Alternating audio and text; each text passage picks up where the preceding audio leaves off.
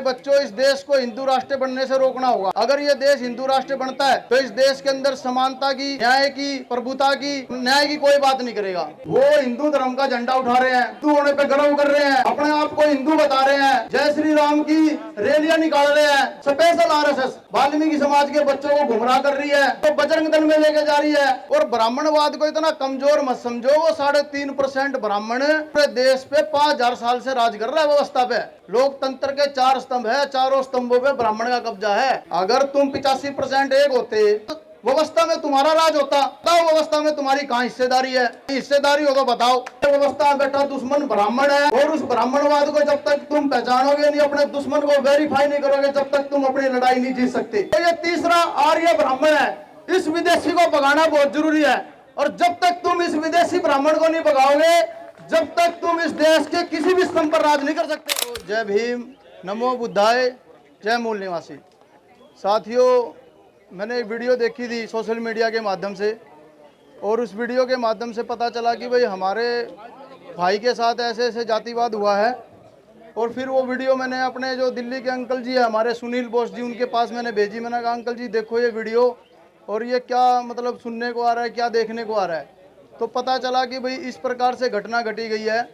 तो साथियों चलो हम अपनी बात रखते हैं कि जो जातिवाद है और जो शोषण है वो 2 आधार पे होता है, एक तो जाति के आधार पर, एक धर्म के आधार पर। तो टू द पॉइंट बात करते हैं। डॉक्टर अंबेडकर ने साफ शब्दों में एक बात कही थी कि मेरे बच्चों, इस देश को हिंदू राष्ट्र बनने से रोकना होगा। अगर ये देश हिंदू राष्ट्र बनता है तो इस देश के अंदर समानता की, न्याय की, प्रभुता की और न्याय की कोई बात नहीं करेगा। तो मेरे बच्चों, इस देश को किसी भी कीमत पे हमें हिंदू राष्ट्र बनने से रोकना होगा। दूसरी बात, जातिवाद। डॉक्टर अंबेडकर ने अपनी इस पहली बुक जो लिखी थी, उस बुक का नाम था एलिनेशन ऑफ कास्ट। और उस बुक में डॉक्टर अंबेडकर ने हिंदी में अनुवाद करा कि जातियों का बीज नाश। अब समस्या ये है कि यहाँ कोई वाल्मीकि होने पे गर्व कर रहा है, कोई जाटव होने पे गर्व कर रहा है। तो इसलिए हमें जातियों का जो अहंकार हमारे अंदर पनप रहा है, ये मिटाना होगा। और अगर आप लोग वाल्मीकि होने पे गर्व कर रहे हैं, जाटव होने पे गर्व कर रहे हैं, ये जातीय का जो अहंकार आप छोड़ नहीं पा रहे, तो फिर आप ब्राह्मणवाद से कैसे लड़ोगे? और ब्राह्मणवाद को इतना कमजोर मत समझो, वो 3.5% ब्राह्मण इस पूरे देश पे 5000 साल से राज कर रहा है व्यवस्था पे। लोकतंत्र के 4 स्तंभ है, चारों स्तंभों पे ब्राह्मण का कब्जा है। तो तुम इतना कमजोर ना सोचो जो तुम ये बोलते रहते हो 85%। अगर तुम 85% एक होते तो व्यवस्था में तुम्हारा राज होता। बताओ व्यवस्था में तुम्हारी कहाँ हिस्सेदारी है? कहीं हिस्सेदारी हो तो बताओ। दूसरी बात, मैं खुद वाल्मीकि समाज से हूं। मैं एक बात कहना चाहता हूं कि भाई वाल्मीकि समाज में जो हमारे आज के जो युवा है, मैं देखता हूं इंस्टाग्राम पे बड़े बड़े बाढ़ कर रहे हैं, कोई क्या कर रहा है, कोई क्या कर रहा है, फुकरा पंथिया। तो मैं एक बात कहना चाहता हूं, वो हिंदू धर्म का झंडा उठा रहे हैं, हिंदू होने पे गर्व कर रहे हैं, अपने आप को हिंदू बता रहे हैं, जय श्री राम की रैलियां निकाल रहे हैं, आरएसएस के एजेंडे में काम कर रहे हैं। और आरएसएस, स्पेशल आरएसएस वाल्मीकि समाज के बच्चों को गुमराह कर रही है, उनको बजरंग दल में लेके जा रही है, उनको आरएसएस में लेके जा रही है। तो ये जो शोषण है, ये शोषण कर कौन रहा है? ये जो तुम 36 बिरादरी का नारा दे रहे हो, 36 बिरादरी का भाईचारा, 36 बिरादरी, भाई मैं आपको साफ शब्दों में बता दूं, 36 कोई बिरादरी नहीं है। 19 गोद वाणियों के हैं और 17 गोद ब्राह्मणों के हैं।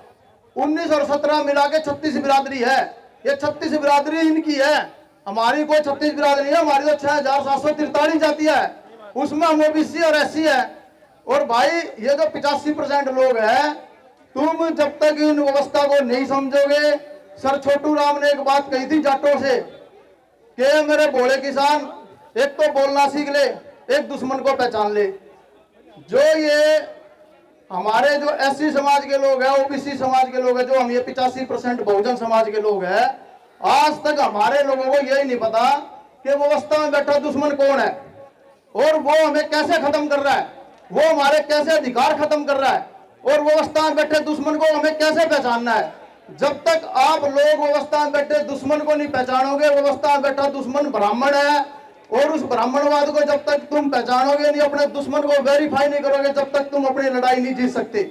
मैं लास्ट बात एक कह के जा रहा हूं कि साथियों, 3 लोग बाहर से आए थे, अंग्रेज और मुगल और आर्य।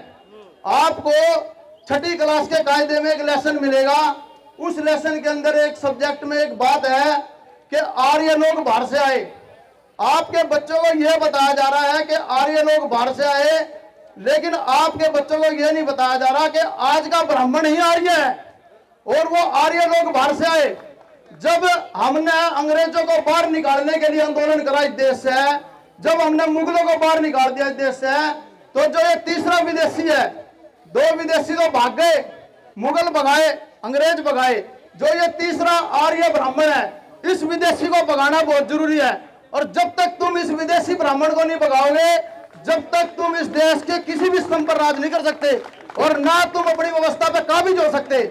तो आप सभी को मेरे साथ एक नारा देना है, बोल 85, बोल 85, बाबा साहब तेरी सोच पे, बाबा साहब तेरी सोच पे, जय सावित्री, जय भीम, जय फुले, जय भीम, जय पेरियार, जय भीम। चलो।